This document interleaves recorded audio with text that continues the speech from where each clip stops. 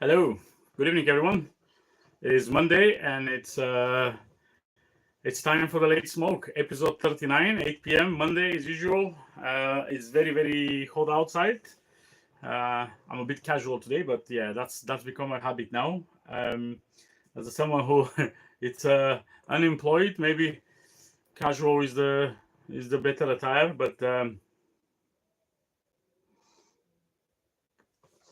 hope you're good. Hope you're having a really good week, and hope your week, of course, will start really nice. And I'm very chuffed to welcome you in the channel again. So, come on, tell me, how is your week? What you smoking? What you drinking? I've got lots of different stuff to talk about tonight. Of course, we're going to talk about what I'm smoking, what I'm drinking, a little bit of news. I've got lots of cigars I want to show you from my collection, because we are going to one of the biggest and one of my favorite brands in the world. So as you can see from this corner, those are the boxes. If you can recognize them here, you know what we're going to talk about. If not, you're going to need to wait another 45 minutes until we go to that point. But yeah, where we going? Where we start? What I'm smoking. I've already started smoking because the cigar I have is slightly longer, so I don't want to stay for longer after the show and smoke. I've got so many other things to do. But what we have in tonight, what I decide to go for, this is a Crown Heads 4 Kicks limited edition 2019. Of course, it's blurry. I need to cover my head so it's not gonna blurry. There we go. That's the 4 Kicks 2019 edition for Crown Heads.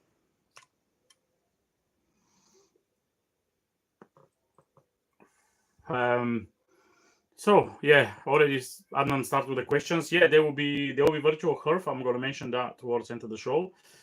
Crown Heads. I've spoke about Crown Heads many times. It's. I mean, I still consider it one of my favorite brands. I don't want to say it used to be, but there's a lots of stuff I'm not very happy recently. But I love the Crown Heads idea with some fancy lines, interesting cigars. 4 Kicks is one of the, I would say, more of a core lines. So every few years, they release a limited edition, which is changing the blend. This one is from 2019. It was made by ep.39 in DR, where most of the Crown Heads are actually made. Size-wise, a very weird Robusto Extra. That's what it's called. I always thought it's a Toro. But when I read the specifications, it's actually Robusto Extra, because it's not a 6-inch, it's 5 7/8 or 5 7/8. So 1/8 of an inch, I don't know, was that even maybe 2 millimeters or something, and 52 ring gauge. So for me, it's a standard Toro, always been a standard Toro. But if you look at the books of the company, it's not. Released 2019 March, 2,500 boxes, 10 cigars, so 25,000 cigars. As I mentioned, made by L'Allianza, the ep.39. So this time they changed. They used to use Connecticut Habano Maduro wrapper, which was really nice on 2018s and before that. This one is Ecuadorian Sumatra.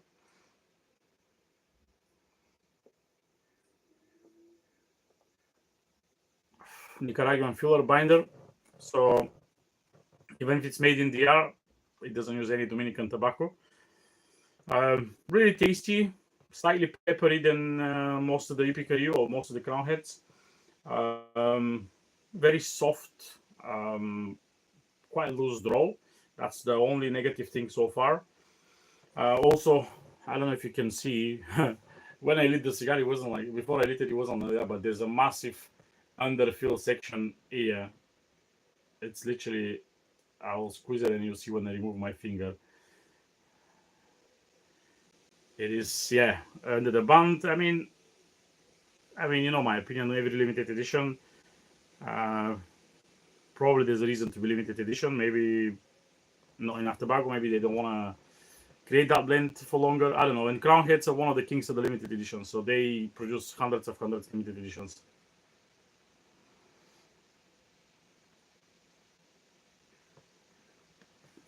But the cigar is good. So one issue I have with the Crown Heads limited edition also, every time I have they release a limited edition, If you smoke them in the first 6 to 12 months, the cigar is usually not ready. I don't know why. Doesn't matter which factory produced, but lots of them, like Four Kicks, Milfior, uh, I mean, Carry On La Pétissier, all those limited editions, give him a year. Give him like 8, 9, 12 months, give it a year, and the cigars are absolutely fantastic after that. So same with this one. I mean, this is already 5 years. I don't think the cigar can go much better than that. Um, Also, the cigar is actually pretty decent for the money. I think back in the time on the release date was something like $10, $11, which, I mean, I'm very happy with those prices. Unfortunately, nowadays, very rarely people release cigars with that price tag. But yeah, 5 years ago wasn't that long, and the price was really good.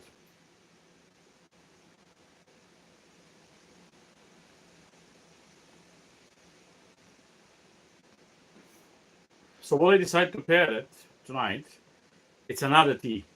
I'm just keep looking outside because it's some kind of storm. I hope it's not much of a rain because I need to go and close the window. Um, so tonight I have a tea, as you can see, very peachy, light color. Another white tea, really floral one. So what we're having tonight, it's a white silver needle, but this time is a doki variation, which is usually the white silver is a Chinese tea, but this white silver knee it's actually Indian. So the variation of the Indian doesn't make it. I mean, white silver needle it's quite expensive tea. Its availability is very limited, and it's quite usually you don't buy it on kilograms. It's so expensive. You buy it. This is like 25-gram package. But the Indian variation, I found it more floral, more fruitier, less herbal, less grassy, more herbal, like actually more taste. That's why I probably prefer the Indian. Maybe the Indian is just a tad cheaper than the Chinese, but they're similar idea. It's a white tea. Uh, Usually is in a big packs because it's not compressed, it's not pressed. Let me see if I can pull a little bit and I can show you what it look like in a raw condition. There we go. She's like little branches, white. But this is actually the leaves, which are literally being twisted to cylinders. And yeah, the tea, this is one of the teas where you need to be very careful with the brewing.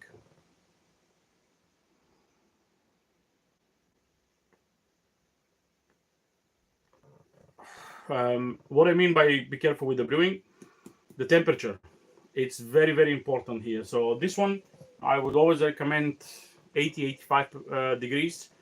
I mean, as every green or white tea, don't go for more. I mean, some of the others, it's all right, even if you go slightly more. But with this one, go for 80.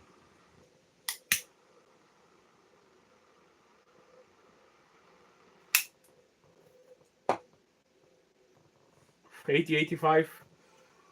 Um, 3 or 4 minutes is one of the teas also where you can brew it for longer, because usually white or green teas, 1.5, 2 minutes, maybe 2.5 max. This is easily 3 and 4 minutes, no problem. But if you brew it more, you lose flavors.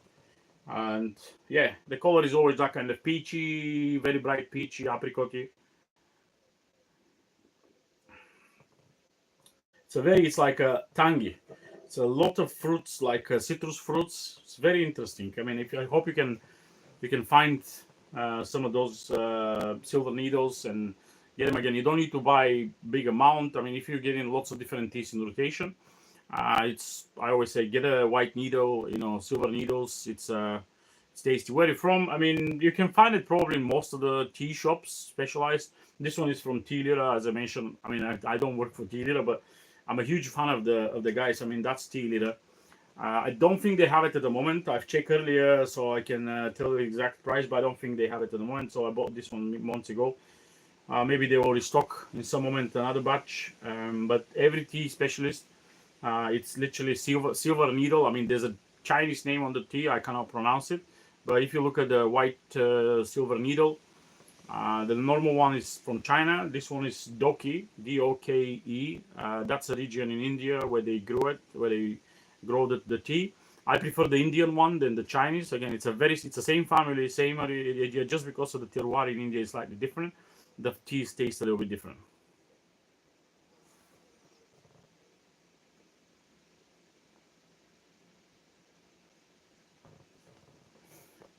Well, I seen already someone have a question. I'm not asking agent cigars in tubos. Should I remove them or leave them in the tube? I would not remove them. I keep them in the tubes. I like the tubes on some of them. The pros and the cons. Probably you can have an issue if you keep them in the tubes and maybe humidity jumping up and down, the temperature moving up and down. You don't put some fresh air into the cigars. Maybe you might have some issue, get some mold or something.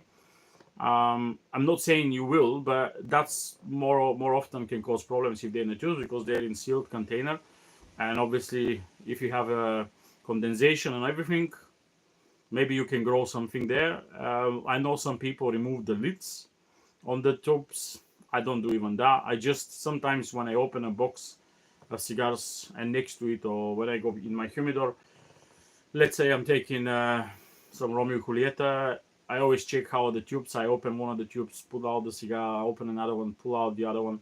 If they're fine, I just keep it back there. But if you want to remove them from the tubes, remove them. It's up to you. It's for me. It's better. More tubes or cellophane is better protection. I don't remove the cigars from any kind of packaging, cellophane tubes, packages. I mean, even those ones are literally sealed package. I haven't even opened it. I'll open it for you later, probably, guys, to show you what's in there. So this one is in a carton tube. I don't know if there's even cellophane. Yeah, there's a cellophane. So I don't remove them from the packaging. If you want to remove it, do it. I don't think it's necessary. Just make sure you check them often. If you don't know, because some people they don't rotate cigars. I don't rotate cigars. If you rotate, then you're gonna call them. I mean, if you have smaller collection, I don't know, 100, 200, 500 cigars, you can rotate them occasionally every couple of months, see how they are, if any dryness, every signs of mold, every signs of beetles or anything like that. If you do that, don't need to worry. You just open one or two of the tubes. So open all of them. If you don't have lots of, I mean, you'll be paying the ass if you have like 500 tube cigars. That open it and check them, all of them. That's and also, especially if you have an old school tubes. I mean, the new ones they're slightly bigger than the cigar. They're bigger than the old tubes. What I mean, I didn't say that right. So the vintage tubes they're more aligned to the size. The new tubes are slightly larger, slightly wider, and sometimes when you open up the cigar, taking out the cigar, if it's a new cigar, cigar is usually more thicker than the old stuff. So sometimes the old cigars shrink a little bit, and you can always damage because inside most of the tubes, especially the high-end tubes, you have cedar pieces, and if the cedar is not aligned properly with the cedar or with the tube, you put it back the cigar, and it's very easy to damage the wrapper with the cedar. Even around the band. Sometimes the cedar, one of the ends on the cedar move a little bit. You put down the cigar and you completely destroy. I've seen so many examples, especially when I was working in retail in the shop. Some people taking out the cigar out of the tube and they cannot put it back because the cedar is already a little bit broken and it damages the cigar. So I would say it doesn't help.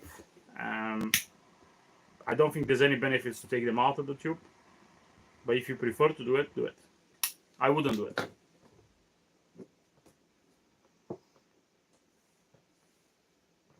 Andrew says his experience mold in the cardboard. I mean, every material which seal the tubes can probably experience. I mean, it's you condense the air more than an open box. You know, I have glass tubes, plastic tubes, metal tubes, cardboard tubes, all kind of stuff. It's will give you more options. No options. I don't know how's the word. What to say. Will give you probability to get grow mold more often than the others. That's the only thing.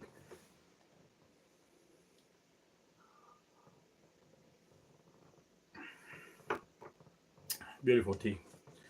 But I'm gonna carry on drinking from my normal cup as it keeps the tea warm.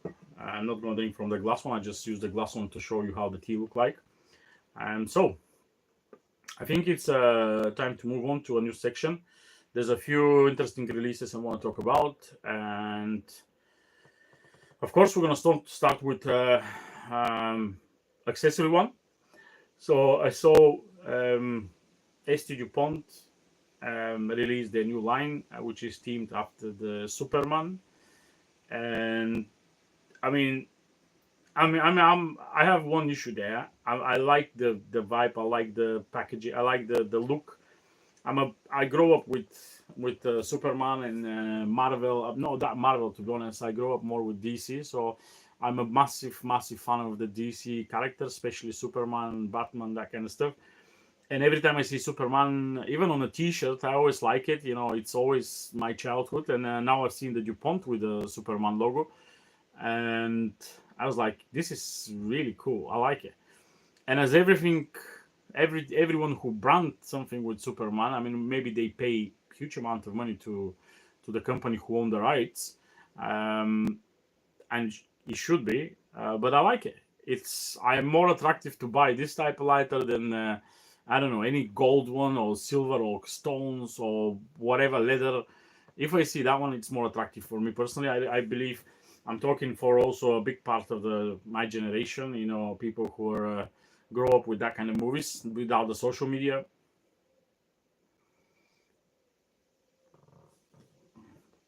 And yeah, as I mentioned, I like it. But one thing I don't like, of course, is the price. And you know me, I need to rant a little bit about the prices. So standard line 2. I mean, I don't know if Epicurean is in the chat. I believe he's in the chat. Standard line 2 in the States, I believe, is around $1,000.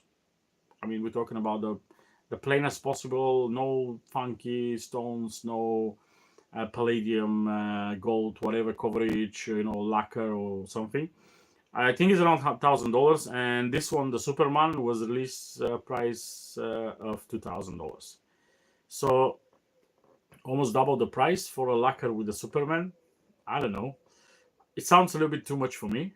I get it if you do a few hundred on top, you know, add 20, 30, 40%, 50%. But at the end of the day, it's just a lacquer. You know, yes, you probably pay for the rights, but still,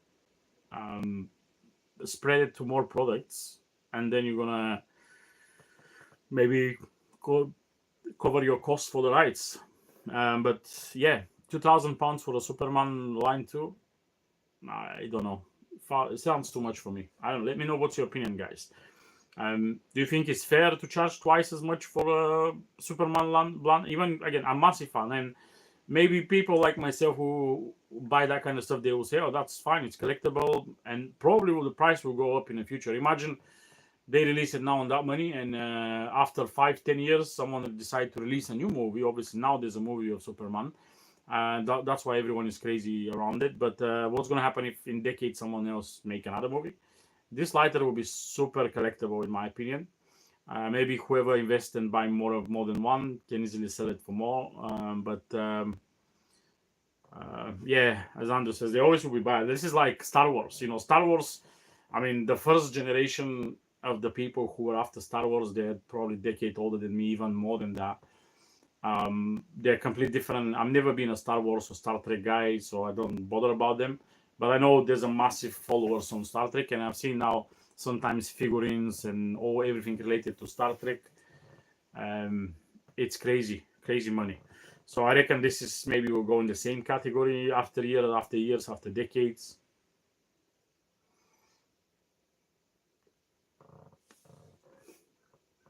But I don't know. Maybe, you know, there's a massive, not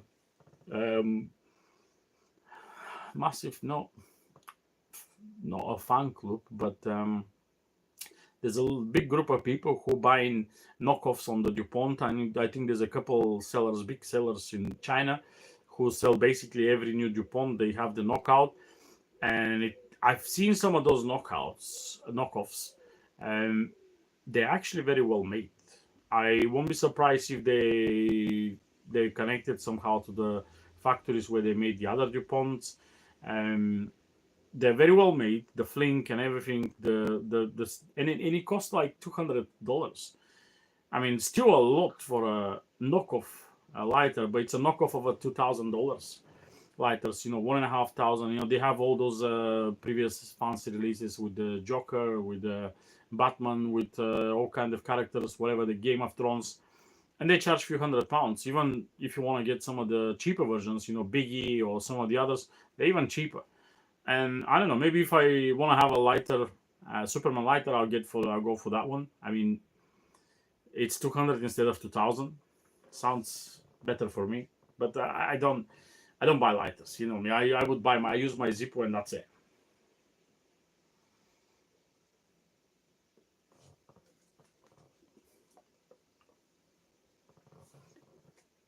So that's my little rant on the DuPont idea of the Superman cigar. The lighter looks good. They also did a pen. I mean, I'm not even going to talk about the pen, but yeah, they looks like they follow this characters ideas. Game of Thrones, and then the Joker, Harley Quinn, all those.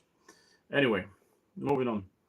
The next piece of news, another release, and this time is a new Padron, which has been exclusively made for the Two Cigar Guys shop in US. It's called Padron Ruby Red. Basically, this time is a completely different cigar. Sometimes when they do when some people like a big company they do shop exclusives, they most likely replicate cigar. They just add another band. On this one, of course, there's another band. It's a red band. They did a natural. They did a Maduro, nice fancy boxes with a red button on front. The cigars are based on the 19 of the one of the anniversary series, the 1964, but also the cigars are round, so they're not box pressed. So that's a different thing. This is undisclosed blend. I don't think it's a different blend, maybe just the size, but for lots of people, the box press and the round shape make massive difference in the smoking. I'm not firm believer on that one. Also, the humidors are made by Nestor Alfonso, the guy behind Atabey and Byron, and he do all those fancy jars and everything for Cuba, all the fancy Beike boxes, everything. He's also, I think, back in the time he worked for Padron as well, creating the Hammer humidor. I don't know if you've seen that one. It's a nice box in the shape of hammer.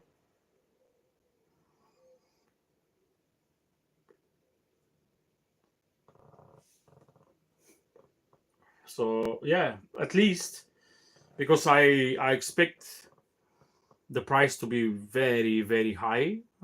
It's still high. I mean, it's $40 MSRP. I think the tax is not high in that area where this shop is, so maybe the cigars will be for sale for something like $42, something like that, which is okay. For a Padron, I mean, I know in the Padrons in the States, depend where you buy them, they can be very different in the prices. But this one, again, 40 cigars, $40 each, so $1,600 for a humidor. It's a lot for the box, but it's a fancy box. I reckon even the boxes will be collectible at some point. They're all numbered boxes, same as the Cubans. So we'll see. But I think it was good. It's a 40 years anniversary of the shop. Nice project. Why not? Yeah. Next one is another release. This time it's a release from my father,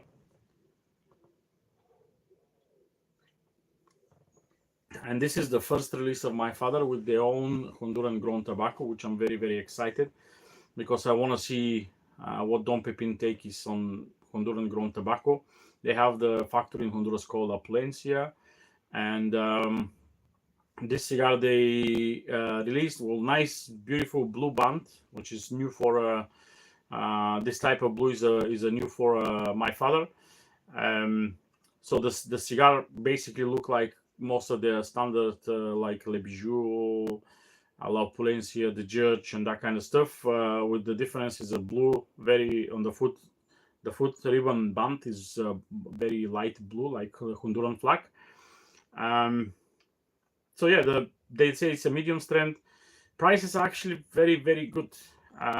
Robusto, Petit Robusto 4.550 starts from $9, and Toro Gordo 6x60 is $13, which I think is a pretty decent price for something new.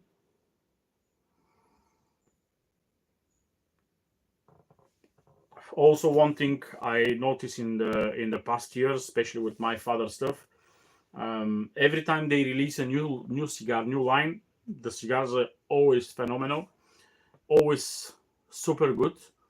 Further down the line, when they get all the higher awards, I think they change the blends, and the cigars are not that good as before.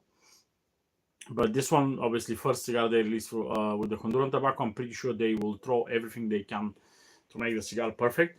I haven't smoked it. I have no idea how the cigar tastes, and I think this will be one of the contenders for top 10 of the Cigar Aficionado and the Cigar of the Year at the end. I doubt to be number one because I mean we have the judge very recent winner. I doubt they put my father again, but who knows? I mean they did it with the Carrillo, so maybe just because I haven't smoked a cigar, but because I follow very close what the Cigar Aficionado do and what they trying to do, and always my father release exceptional cigars as a first blend. I think there's a big chance this cigar to be very high scored, but let's see first how the people will score it. What's the feedback on the cigars? How the people accept them, like them. So we'll see. In the meantime, if any of you guys smoke it, just shoot me a message. Hey, I smoke it. I like it. I don't like it. I'm very curious to see. I don't know if I'm gonna smoke it anytime soon. It would be nice if I can get some of those and try them, but I don't know if they're gonna come to UK anytime soon. And in UK, this should be £40 cigar, so it's not something I'm very happy paying.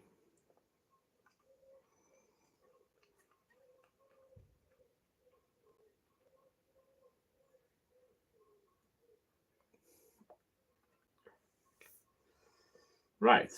We're moving to one more news, and this time is we now finally officially we have the new dates for the Puro Sabor 2026. So this is the Nicaraguan tobacco gathering festival. Will be 18th to 24th of January. So a few weeks after New Year, let's go to Nicaragua party. So there will be obviously welcoming in Managua. There will be travel to Granada, and I've been in Granada, guys. It is absolutely phenomenal city, very beautiful city. I've not been to many places in South and Latin America, but Granada is like a mixing European style Spanish cities with maybe the local traditional Latin American villages. And I think Granada is one of the oldest cities in Latin America. They exist since one of the first discoveries from Columbus and his people in the 16th century. So I've been there. I like it. They used to have a factory, Mombacho factory used to be there. I think now it's called Casa Favili. They're still making cigars because I completely lost the track of them. But usually Granada is very beautiful. I think it take us 2.5 hours from Managua, and then it's another 3 hours to Esteli. So it's a bit of a trip, but you're gonna have a lunch by the Lake Cocoquibolca, which is really nice. It's a lake on one of the biggest. It's one of the biggest lakes in Nicaragua. They might organize some trips in the lakes, which is super cool. Yeah, there will be boat tours and stuff like that. So there will be dinner, stay in the night, maybe in Granada, visit maybe some of the Granada stuff, and on the next day there will be travels to Esteli to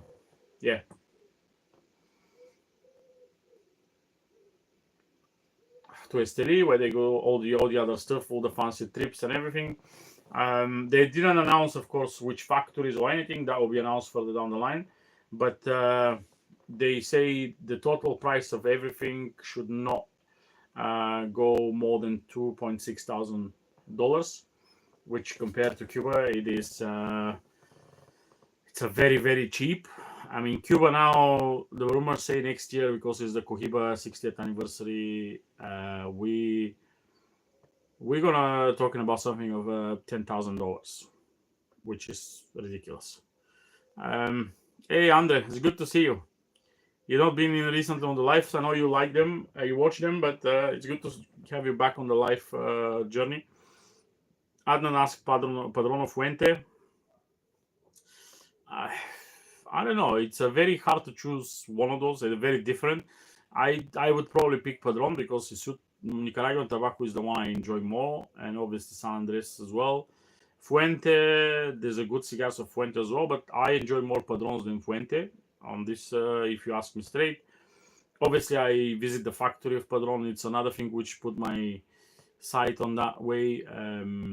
So I visit the factory, I've seen the people, I have the opportunity to smoke a cigar with Jorge Padron in the fields of the Padron family. Maybe when I do that with the Dominican Republic with Fuente, I might change my opinion a little bit. But for now, Padron is more close to me than Fuente.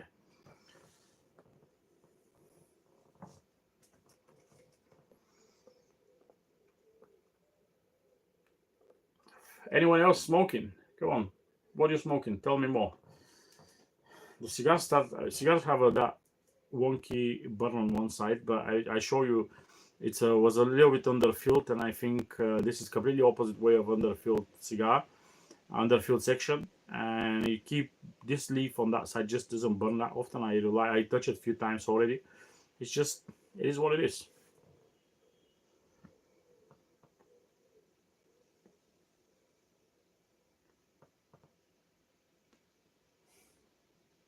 But the cigar is good. I enjoy the cigar. It's obviously massive smoke production, typical for those Carrillo cigars. And the tea is good. Tea pair well. The cigar gives you some slightly nuttiness and almonds, a little bit of bitterness, and the tea, when I have a sip of tea, that completely change it. You know, with the oranges and the tanginess I have.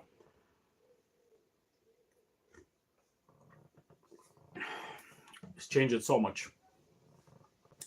Is that the 4 Kicks? Yes, Anna, that's the 4 Kicks limited edition 2019. There we go. It's already halfway through.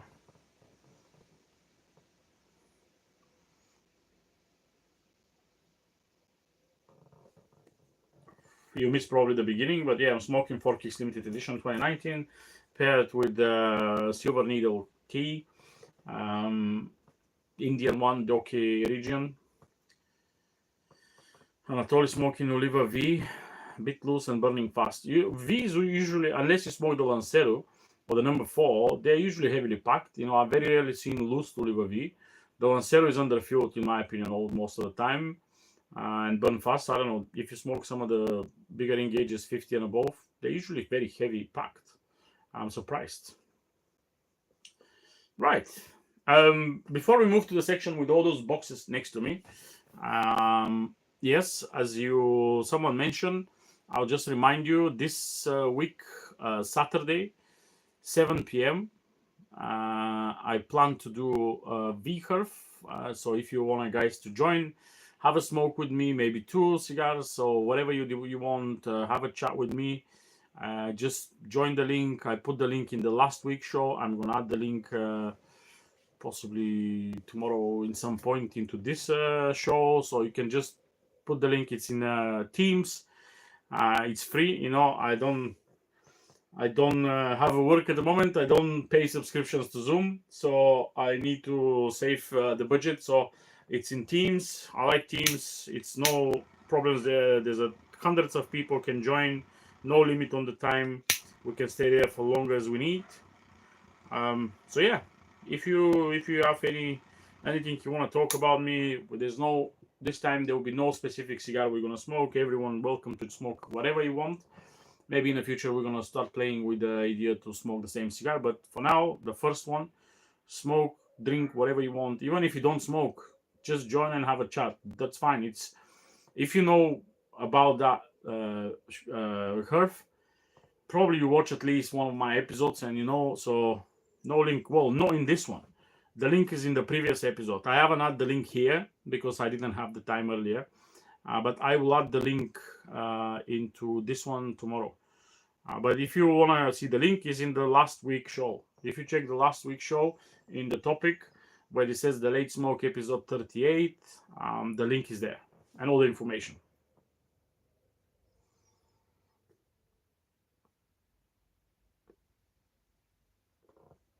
I'll probably remind one more time at the end of the show. I'm very excited.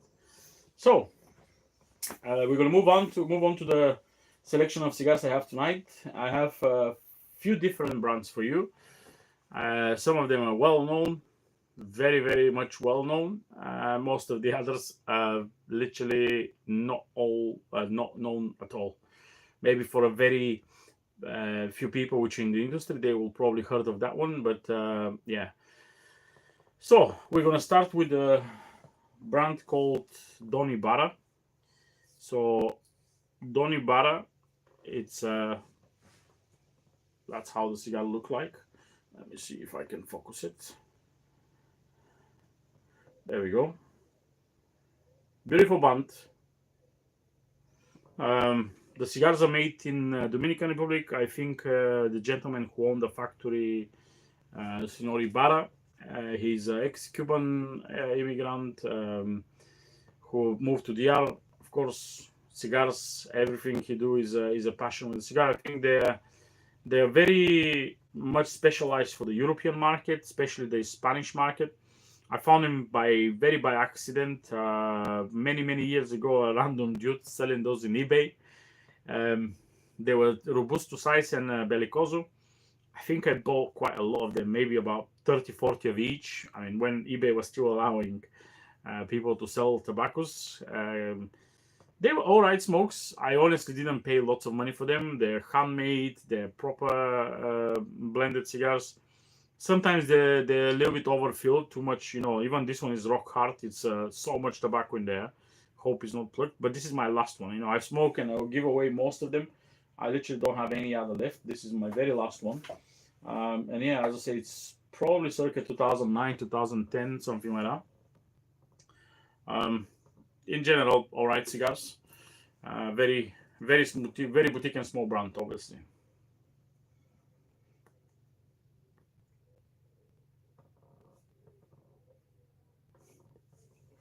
Then we move into another Don. And this is this one here. Let me see if we can focus.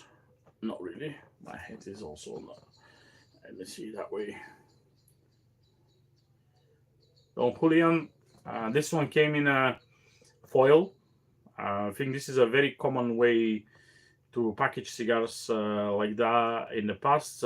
This one specifically made in the Canary Island. So this is a European cigar, most likely some short filler. I smoked a bunch of them. Honestly, they're not the tastiest ones, but I like to collect stuff like that. The band is on top on the foil, so it's not on the cigar. They use usually Sumatra wrapper and the local Canary Island fillers and binders. Cigar is actually not bad taste. It's one of those tourist cigars, cheap, nothing too fancy, nothing too shabby, but better than lots of other stuff like that. It's a box press cigar.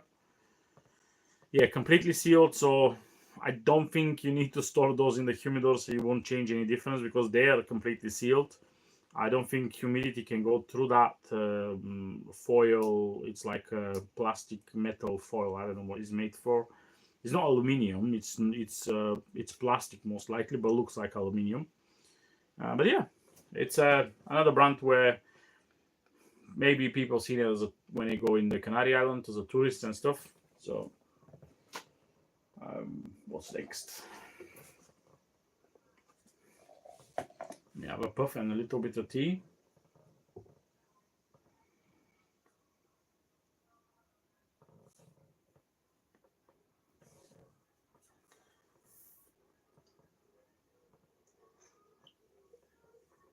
So what we have here, the next one is called Don Stefano, and this is the Grand Royal selection. I mean, it's a box, but it's a small box. So those are made in Germany.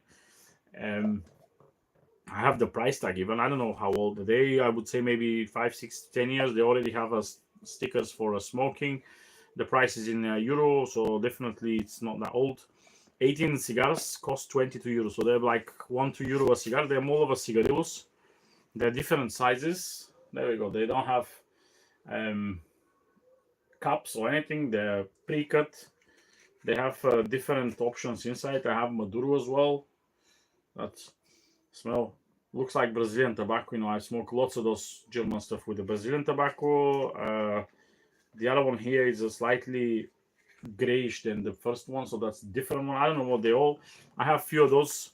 I mean, it's not a cigar; it's more of a cigarillos. But I always, especially back in the time when I was buying lots of stuff from Germany, I keep buying all kind of stuff. But yeah, it says Sumatra, Brazil, and Cuban tobaccos. So maybe they use some Cuban filler. I don't know how that works because Cuba never says they export Cuban tobacco. Maybe those guys buy from the farmers. But on the box says Sumatra, Brazil, Cuban tobaccos. Made in Germany. I know they're not old as back in the time when they were using lots of Cuban tobacco. But who knows? The truth is somewhere there. And moving on to another brand, which is very, very probably unknown. Maybe some of the American guys might know it. Let's see if I can focus because it's a quite small band. It's a lady on the band. It's called Donna Lydia. No, it doesn't focus in more than that. So this is a Churchill size. Donna Lydia is a very, very interesting brand. It's a very, very old brand. So they owned by Excelsior. Excelsior as a company, maybe people doesn't know much about it. Probably Andre will know. Andre is a very big nerd in the industry, and he's super knowledgeable. But Excelsior is it's Excelsior Tobacco is actually Oliva family. But as you know, probably I mentioned that back in the time, Oliva Tobaccos actually not the Oliva company, Oliva Cigars, the people who do all the cigars in Nicaragua. Oliva Tobaccos are the people who grown. They're one of the biggest growers of tobacco in Ecuador, in Nicaragua. They have factories, but they don't produce lots of cigars. They grow tobacco, they give it to other people, but they don't very rare. They don't produce lots for them. And Don Elidia is one of their core main lines. John Oliva is the gentleman who is the head of the company. They've been in there for centuries, decades. Very well-known company, very well respected. I don't know if you guys have watched the first hand-rolled movie. John Oliva is quite often in talking about cigars and tobaccos in that movie. Again, very well-respected family. Lots of people, big companies buy from them. I mean, Fuente, I think, is one of the biggest buyer.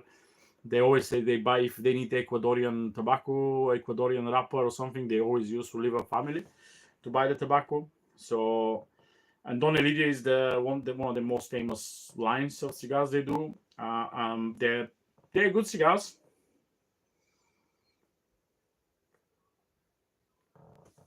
Don't have the presence they should have. But if you ask people from the industry, I know years ago I have a nice conversation with Jose Blanco regarding Don Elidia. He was so surprised I know about the brand because I posted a picture, I think, somewhere, and he commented and say, "Oh, I've not seen this one in ages, and I'm surprised people know about it." And we have a nice conversation, and he always says there's one of the first cigars he's seen and smoked back in the time. And the price, I think they're something like $7-8 in the US, which is pretty good for what they are. So if you guys want to smoke something very old school in the US, I don't think they're out of the US, so just try to find Don Elidia. Beautiful. Yeah, Epicurean says the hand rolled is a great series. Actually, Epicurean, the next one will be about the Pepin family, and then will be the Eroa. So yeah, if you haven't watched Hand Rolled, guys, the best movie ever made, in my opinion, documentary movie about cigars and the idea behind and why they do that, why they don't keep it inside their company. Even AJ and my father.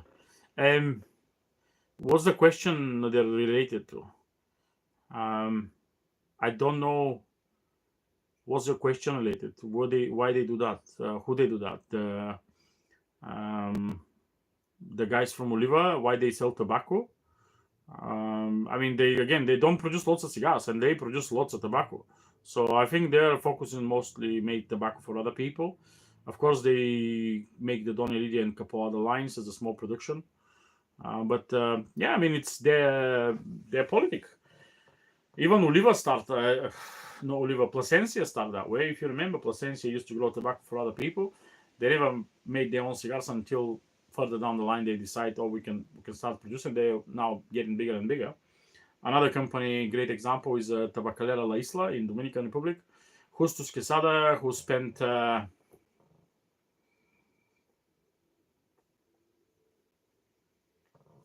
many years working in the cigar industry. He used to work with his uncle Manolo Quesada.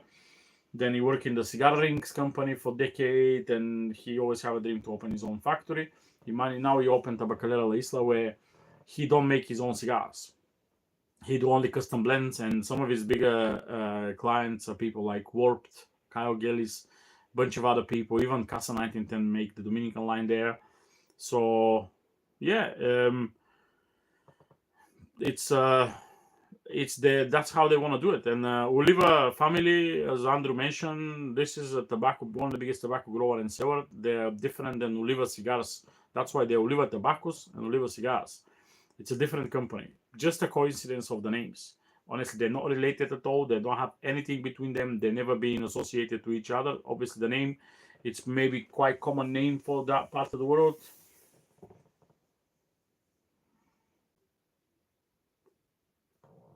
Someone, Adnan asked about Avo. What's the question about Avo?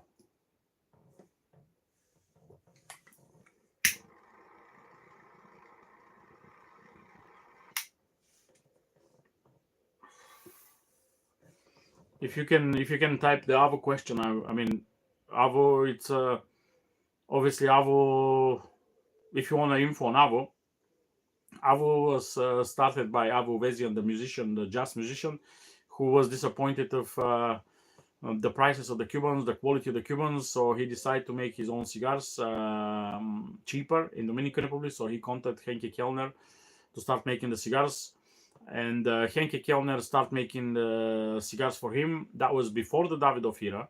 And then Davidoff joined Henke Kellner, asked Henke Kellner to make the cigars for them. And he was making both brands for many years. And in some moment, Davidoff decided to buy Avo, the license of Avo, and they continue producing Avo in Dominican Republic, but this time under the ownership of Davidoff. And Avo don't own anything. They don't own farm, don't own any fields or anything. It's just a brand, part of the portfolio of Davidoff. Before that was independent brand, who was working with Henke Kellner to make his cigars.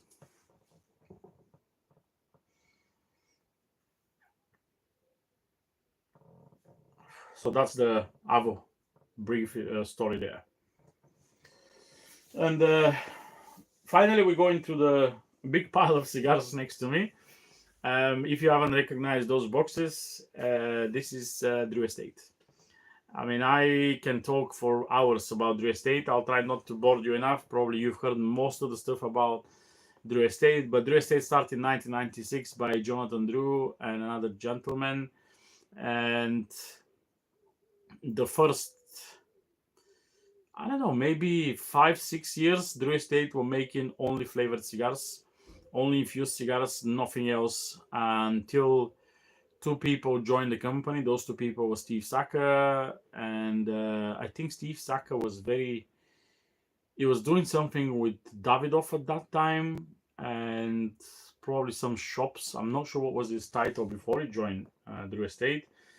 And Nick Melillo, who used to run his family shop in Connecticut, and he was already leaving the industry and going for a backpacking, traveling, helping people in different countries. And Jonathan Drew called him and say, "I need you in Nicaragua." He joined the team. I think Drew Estate start making the cigars in the garage of Nick Perdomo.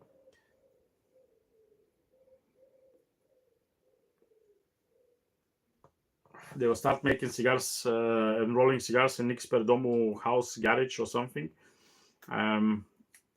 Obviously start growing from there. until 2014, where Swisher bought Drew Estate.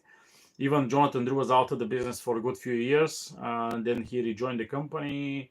Obviously, he doesn't own Drew Estate now. He had the main guy there, but I don't know what's his actual title. Is he like a chairman or president or something?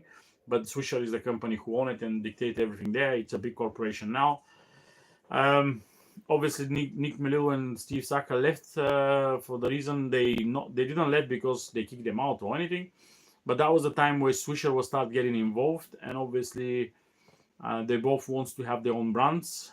In the US, back in the time, there was legislation where you cannot start your own company after 2017, I think. You cannot register new brands, new lines, everything. So they say, okay, either now is the moment to start, either we're never going to do it. And they both left, obviously creating Dumbarton, Steve Saka, and Nick Create Foundation, which we're going to talk about in some other point. But back on Drew Estate, during all those years, Drew Estate have some phenomenal cigars. Probably one of the brands which make me love the Nicaraguan tobacco, the way the Nicaraguan tobacco is, the Nicaraguan blends. This is probably Drew Estate and Liga Privada. I used to be a big fanboy of Liga Privada, Liga Unico, Underground down the line, and I still love those cigars. Just my issue is they recently have more and more construction issues, and most of their new releases I don't enjoy them. I don't vibe with them. I think they move in completely different direction. They start following, as a corporation, they start following more the money than actual what people want. Obviously, their flavored cigars are a big part of the game, and Swisher as a company who concentrate on that stuff as well. So I don't think they will ever stop making flavored things, infused cigars. One of the things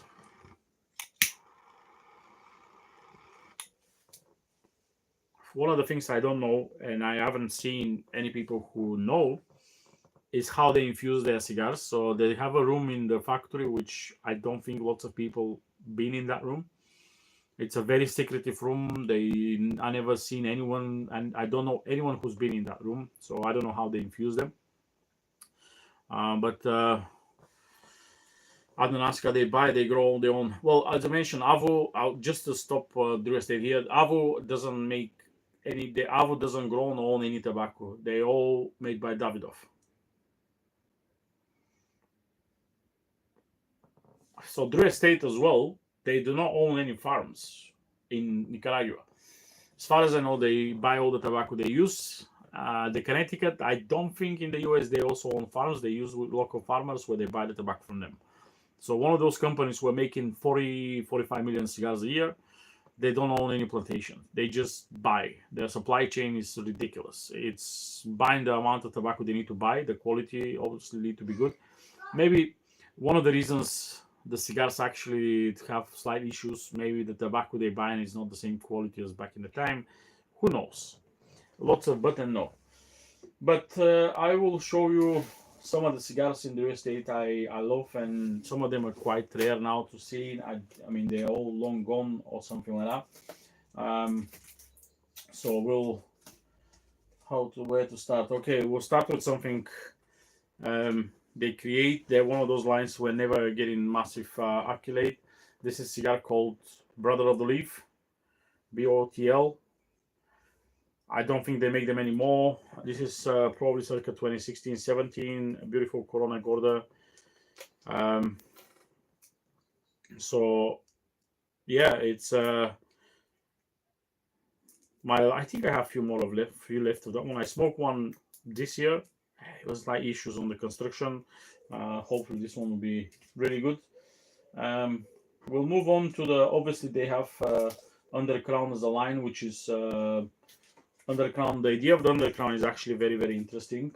I don't know if you know, guys. Undercrown started as when they were making Liga Privadas, quite expensive cigars even now, and using quite expensive tobacco. The workers in the factory, they would keep smoking Liga Privadas like crazy, and then the company realized we're losing so much money in those people smoking, so they tried to limit it, so they limited to few cigars a day or something, and the factory workers actually start making their own blends from the tobacco they have for Liga Privada. And one day, I don't know, maybe Nick Melillo or someone else, they smoke some of those cigars and they say, this is actually a very good blend. We should make those cigars more often. And they seen the tobaccos they use, actually, they're not that expensive. So the blend can be relatively cheap. We're talking about sub $10, sub $8, $9, $7, $8, $9, $10. And that's how they create Undercrown. Undercrown was created in Connecticut, in Sungrown, and in Maduro. I don't have Connecticut here because Connecticut never did anything fancy. I think they were just mild. But the sun-grown, obviously, all of their cigars have this flying peak size, what they call it. I think Drew Estate is the only company doing flying peak. It's a 4x60.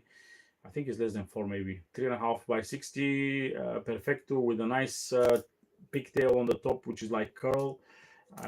That's where the name came from. And those are actually quite slow smokes. Those are hour smokes. Even if they look small, they're very, very slow smoking cigars. Also, they create a very successful collaboration with the cigar dojo called Dogma. This is the sun-grown Dogma. As you can see, box press, pretty chunky, probably 5x60, with additional band of the cigar dojo and the Dogma. Really good cigar. I don't think it's a different blend, just a different size. But yeah, also they create another exclusive stuff. This time with the box press torpedo, and this is the Shady XX. So you can see the food band says Shady XX. Not many of those actually left in the world. They were very small production. They were coming actually in bundles. So yeah, Shady XX. I don't know what it says at the back now. It's something on Latin. So that's 2019 release. They even put the date on that one. But another box press torpedo. Really, really interesting cigar.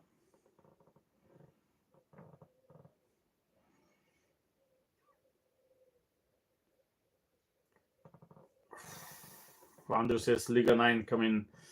Looking forward. What you're hearing is not to peak anymore, like you said. I mean, Liga 9 for me, it's still one of my favorite cigars probably in the world. Liga 9 is the first good blend Nick Melillo create, first high-end proper blend. It's called number 9 because there were 9, I think there were 11 blends. He picked the number 9 of them, and that's why it's called Liga number 9. Beautiful. The T52 is another one, which was great after that. I think it's a 1 leaf difference between the T52 and the number 9, but I prefer the number 9. The sweetness is slightly more there, and the strength is more. It's fitting more my palate more. Now there's asking, is the sun-grown discontinued? I don't think the full line sun-grown discontinued. They discontinued lots of sizes, but I think still you can still buy sun-growns. Maybe not in all sizes. Maybe Robusto Toro will be still active. I'm not sure about the Corona Gordo. This one was Corona here. Not sure. I think they're still making some of the sizes. From Undercrown, we're going to move to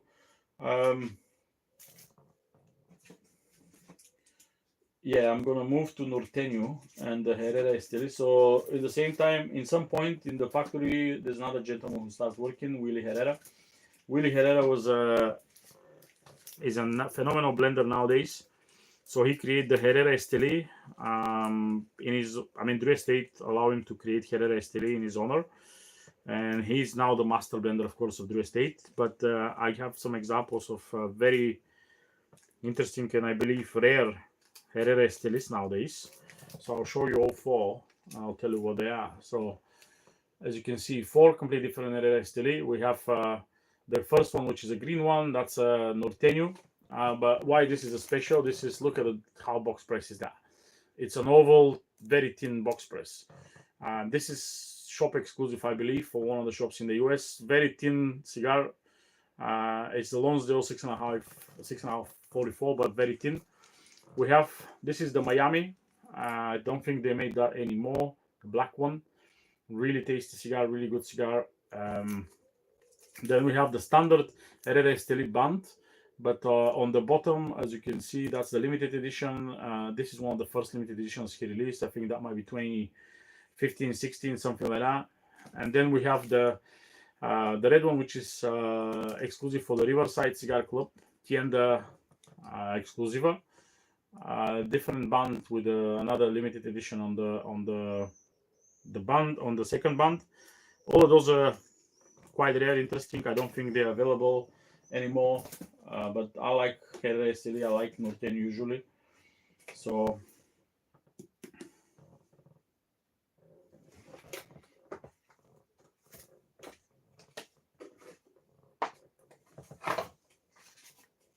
there's a one package I want to show you. There's a cigar which is now discontinued.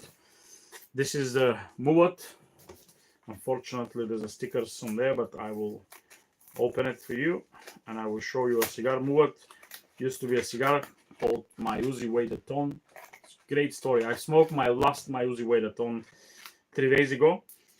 This is with the change name now, Muwat, but that's also not exist anymore.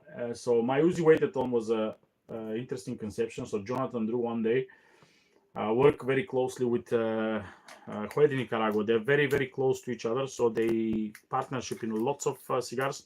So one day he was talking with guys from Hoya and asked them, can they create a 70 or 80 ring gauge cigar? And they came with the idea, yes, let's do it. So they create the 7x70, 8x80. And they give it to Jonathan. That wasn't even have any name at that time.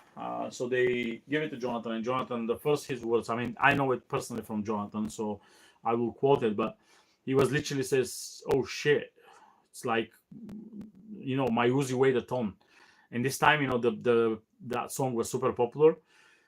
And that's why he came with the idea. Those cigars will be called My Uzi Weighed a Ton, because they give him a bundle of 25 cigars, which were looking like that. I mean, imagine 7x70, 25, you know, half of a half wheel. It's massive. And yeah, they name it My Uzi Weighed a Ton. They release it as a My Uzi Weighed a Ton, but I think a year later or something, the company who make the Uzi guns approach them and says, look, we don't actually mind if we use our name. We don't want anything. It's more even for us promotion, but you need to be aware not a lot of people wants to be associated with guns, so maybe you need to consider changing the name. And that's why he changed the name from My Uzi Weighed a Ton to Muwat, which is the abbreviation of My Uzi Weighed a Ton. So yeah, fun story. Good cigars, quite cheap, not expensive. But unfortunately, they completely discontinued the line last year. I managed to score some packs before they discontinued because I know they won't be available, and there's quite a few followers around in the US, so it won't be easy to find them. What else from Drew Estate I have here? Before we go to the fancy stuff, I want to show you. Hey, now I'm remembering, I have something at the back which I didn't pull, but I can show you. It is okay. I'll skip for now. Liga Privada Selección de Mercado. This is the one they released for the European and international market a couple of years ago. Cigar which I don't think is a Liga Privada. I never enjoyed that much. I actually enjoyed the Corona. This is the original size they released, like a Toro. For me, it's very mild, not a typical Liga Privada. Completely sealed food, fancy pigtail, different band. So I'm not a massive fan of those ones. Hopefully, they with age they might improve, but who knows. And then we're gonna move to. So Liga Privada also have a separate line called Liga Unico, and Liga Unico, it's basic conception of creating limited editions under one roof, and every limited edition will be different size and different blend. So there will be no two the same sizes and two the same blends. The first ever release of Liga Unico was a cigar called Dirty Rat. So that's the Dirty Rat. Really dark, sweet. I mean, the smell of this cigar is phenomenal. It's a really sweet, as you can see, like a Petit Corona size, fun tail on the top. It says Dirty Rat. Then after the Dirty Rat, they create one of my all-time favorite cigars, which is the Lancero L40. Beautiful cigar, really strong. One of the strongest Lanceros probably on the market. Same idea, different blend, different size. This type is a Lancero. Then they release other stuff like UF40. So this one is so yellow now. It's very old in cellophane. This is the Toro UF40, UF4. Can't see it because of my head taking all the positioning. There we go. UF4, as you can see, very yellow. Then we have Ferro. Ferro is a big Perfecto cigar. Another very good one, and so on. There's so many nowadays. The ones I have here are more. I have Velvet Rat, Papas Fritas, Pancetta actually was one of the latest releases. It's like a slim bellicoso. Another great one. I've smoked so many of those pancettas when they released them. I was very lucky to manage to score a few packs of them. What else is there? Obviously, they start releasing Chinese Zodiacs cigars, year of something, year of something. They're still classed as a Liga Unico. What we have here is Ear of the Ox.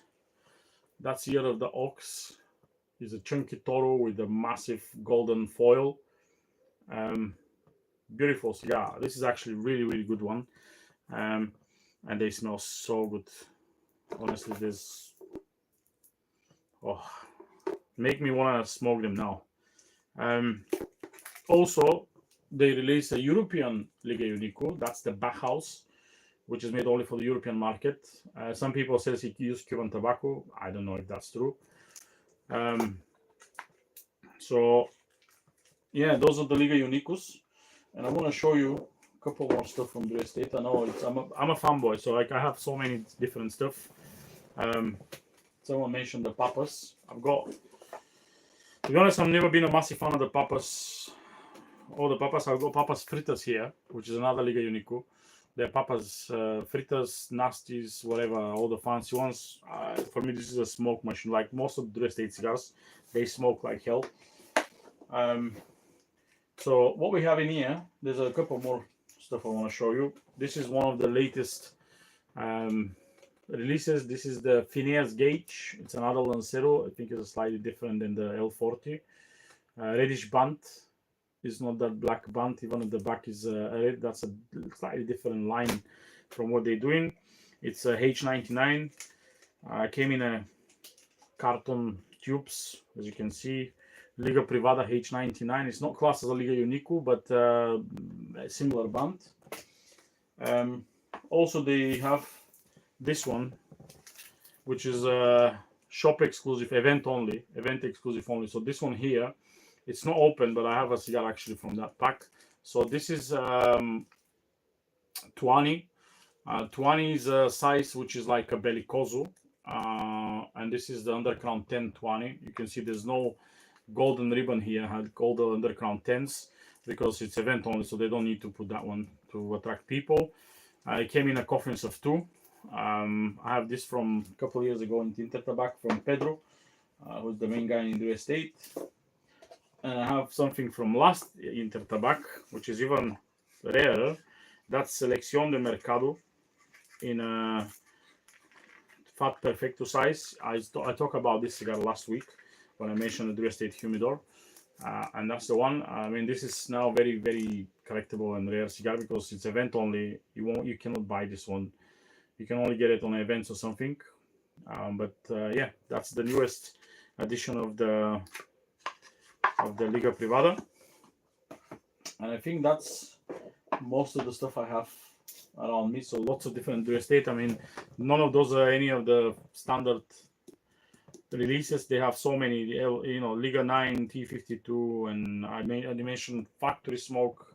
Factory Smoke is their budget line, short fillers, mixed fillers, where they basically they're like bundle cigars for $2 each.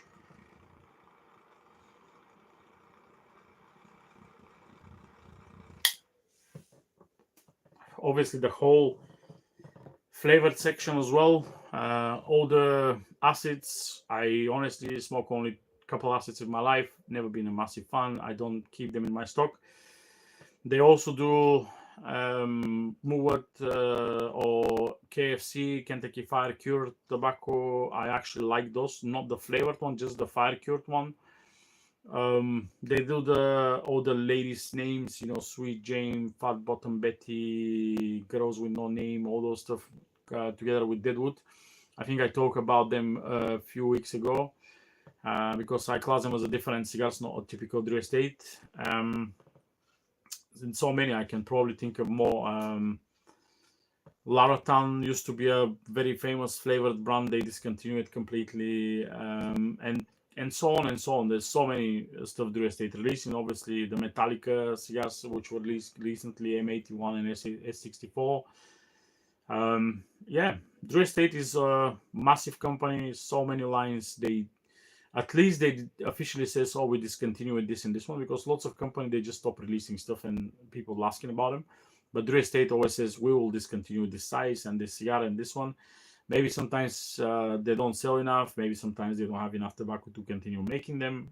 Who knows? Truth is somewhere there. But yeah, this is Drew Estate. I don't know if you have any questions, anything. Just shoot me a message. I can talk about Drew Estate for hours. I haven't mentioned a few other Drew Estates, but I'm going to mention them in some point where we go into other letters because I don't class them as a Drew Estate. So yeah.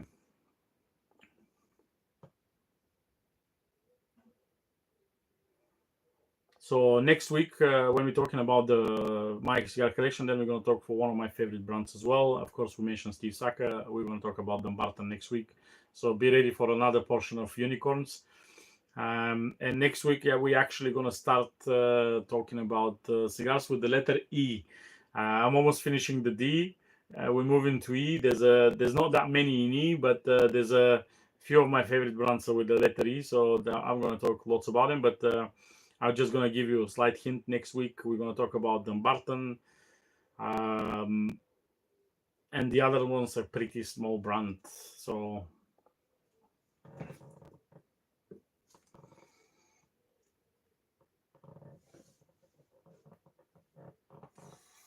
now they're asking when did I start smoking and why.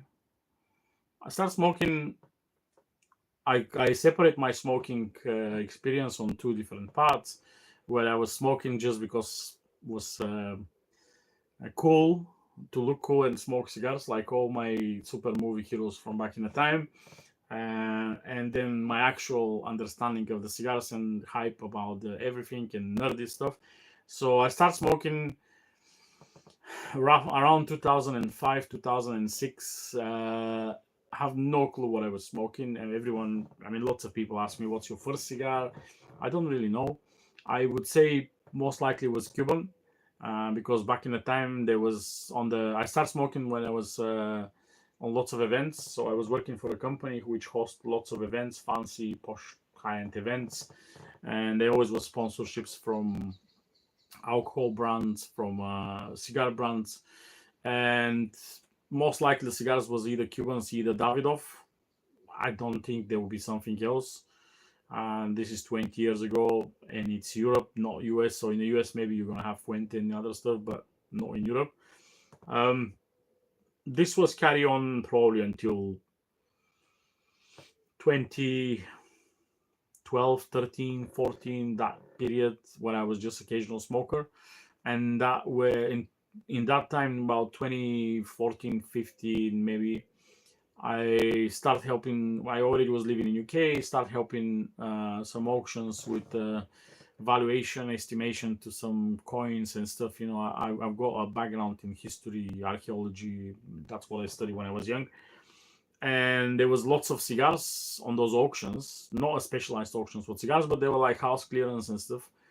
And there were lots of cigars, and I never even look at them. I'd never been into cigars, and one day there was I remember this very clearly because I love the look of them. So I saw two boxes with Royal Jamaica, and they were in the humidors, like literally looking like this one here, slightly, pretty much same size, maybe slightly smaller. But the humidor was with the map of Jamaica on the top, really nice wood, and the cigars inside were with white papers like Fonseca. If you know, the Cuban Fonseca came in a white paper package.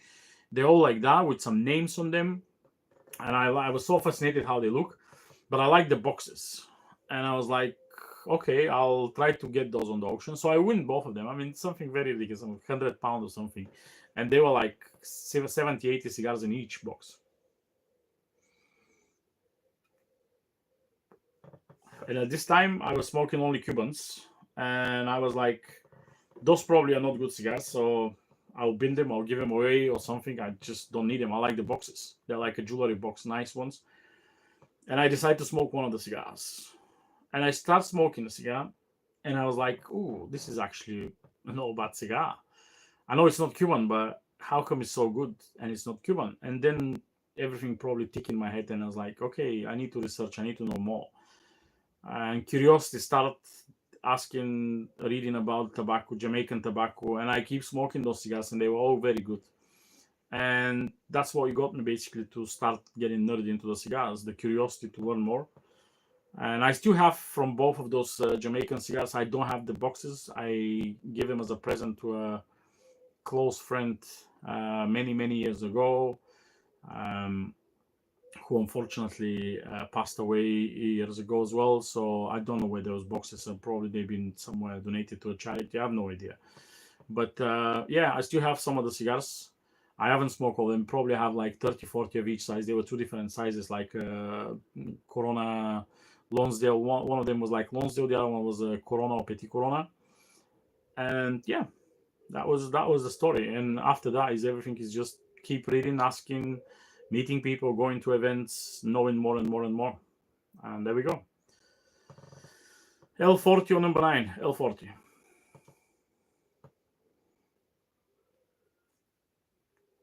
Both are very good cigars, but I'm a Lancero. I love Lancero. And for me, L40 is one of the best Lanceros ever made, without any exception. Honestly, it's a phenomenal cigar.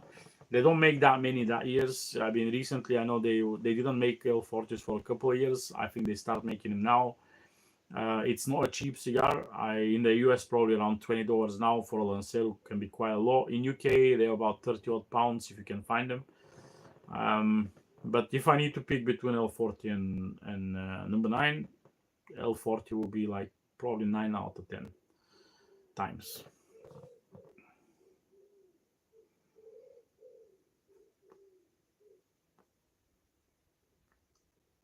There we go. I think we already passed an hour easily. There's still 10 people watching, which is nice. Appreciate it. And before we wrap the things up, as you know, I'm going to mention it again. This Saturday, if you have time, anywhere between 7 maybe until 10, join the link which I will post tomorrow in some point on this live, or you can use the link from the last week live. We're going to use the teams. We're going to have a chat. Hopefully many people will join. Again, I don't know, maybe even if 2 people join, I'll be there. I'm going to smoke, and I smoke anyway in the evening. So for me it would be nice to jump in with someone and just have a chat about cigars or anything else. You don't need to smoke. You just coming out there, say hello, ask me anything you want. You know, I'm usually have no problem to discuss stuff. And yeah, I haven't chose a cigar what I'm going to smoke. It's a plenty of time until then. Epicurean says there's zero hesitation in answering the L40. I mean, I like both. Look, don't get me wrong. Number 9 is my favorite Liga Privada. Probably I prefer that than the T52. But if we put like all Drew Estate under the same umbrella, L40 it's probably out there. I forgot to mention something. As it says, let me see if I can focus. Literally here, somewhere here, you can see there's a white box. Next to the white box is a very small box. Between the yellow and the white box is a very small box, very thin. That's actually Liga Unico A. I have few of those. They were event only as well. A size is a 9-inch cigar. I forgot to bring it out, so maybe I'll show you next week. I love that cigar. I'm so happy that I managed to get a few boxes gifted from that one from Jonathan. Every time I see Jonathan, he always gives me a box of those. There are 2 cigars in the box, so don't think it's like 50 cigars. It's only 2 cigars, the same way as those ones. 2 cigars in there, just in a massive package. I share these cigars with lots of friends, so I can still have few for myself, but I'll show you next week when I show you the Dumbarton stuff. I will not forget to grab some of the Liga Ace and show you the Liga Ace. Right. It's been a very, very entertaining evening. I talk way more than I was planning, but every time I talk about some very favorite brand, I cannot stop talking about it. My cigar, I need to relight my cigar again because I keep talking, and I decide to leave the cigar on the side and just finish what I want to talk. Yeah, I hope many of you will join into the week. If not, next week, Monday will be absolutely planned. Same time, same channel, 21st of July. I'll be here talking and smoking as usual.